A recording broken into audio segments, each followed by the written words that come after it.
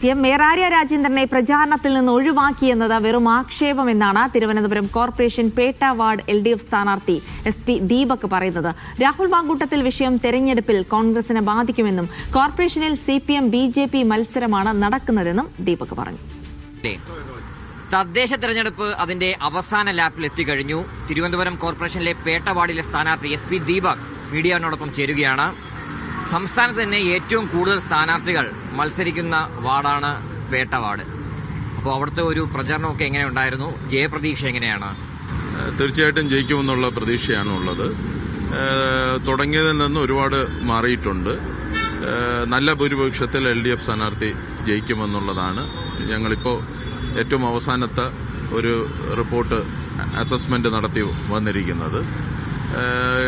ഈ തെരഞ്ഞെടുപ്പ് തുടങ്ങിയതിന് ശേഷമാണ് ഈ കോൺഗ്രസിനെ പ്രതിരോധത്തിലേക്ക് ആക്കുന്ന രാഹുൽ മാങ്കൂട്ടത്തിന്റെ വിഷയം വന്നിട്ടുള്ളത്.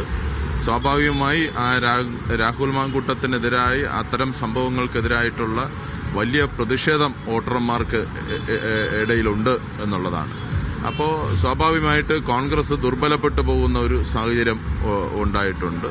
അതുപോലെ തന്നെയാണ് BJPയും ഈ പല കാരണങ്ങൾ കൊണ്ട് അവരുടെ നിലവിൽ ഉണ്ടായിരുന്ന ഒരു കൗൺസിലറുടെ മരണം, അതുപോലെയുള്ള പിന്നെ അഴിമതിയെല്ലാം ഈ രാജീവ് ചന്ദ്രശേഖർക്ക് നേരെ ഉള്ള അഴിമതിയൊക്കെ തന്നെ വന്നിട്ടുണ്ട്.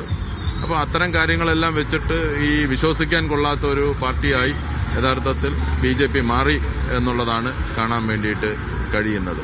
ഒരു മാനിഫെസ്റ്റോ വെച്ചത് പോലും ജനങ്ങളെ തട്ടിപ്പിക്കുന്ന ഒരു മാനിഫെസ്റ്റോ ആണ് അവർ പുറത്തിറക്കിയിട്ടുണ്ട്. 2036 ഒളിമ്പിക്സ് വേദിയാകാൻ പോകുന്ന സ്ഥലം നമ്മുടെ നഗരസഭയാണ് എന്നുള്ള രൂപത്തിലേക്കുള്ള ഒരു മാനിഫെസ്റ്റോ ആണ് അവർ അതിനകത്ത് വെച്ചിട്ടുള്ളത്.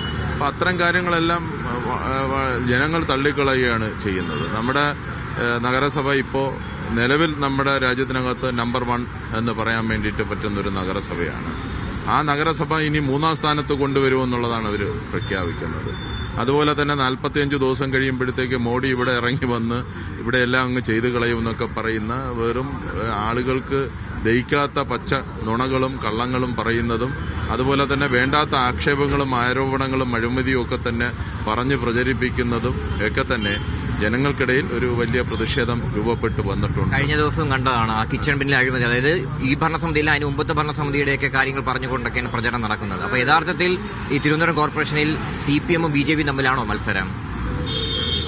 സ്വാഭാവികമായിട്ട് നമ്മുടെ കോർപ്പറേഷനകത്തുള്ള മത്സരം എന്ന് പറയുന്നത് BJPയുമായിട്ടുള്ള ഒരു മത്സരം തന്നെയാണ് വരുന്നത്. പക്ഷേ കഴിഞ്ഞ വർഷത്തെക്കാട്ടിലും BJP ദുർബലപ്പെട്ടു പോകുന്ന ആ സാഹചര്യങ്ങൾ അവരെവിടെ കൊണ്ടുവന്ന് എത്തിച്ചിരിക്കുന്നു എന്നുള്ളതാണ്. ആൾക്കിടയിൽ ഇങ്ങനെ പൊള്ളയായിട്ടുള്ള വാഗ്ദാനങ്ങൾ കൊടുക്കുകയാണല്ലോ. ഇപ്പോൾ പെട്രോളിന്റെ വില കുറയ്ക്കും, അതുപോലെ തന്നെ ഇവിടെ ഒരു ലോകത്തെ തന്നെ 4ാമത്തെ രാജ്യമാക്കി മാറ്റുമെന്നൊക്കെ പറഞ്ഞിട്ട് നമ്മുടെ രാജ്യം പട്ടിണി മരണവും ഈ പറയുന്നത് പോലെ തന്നെ ജനങ്ങൾ പ്രയാസം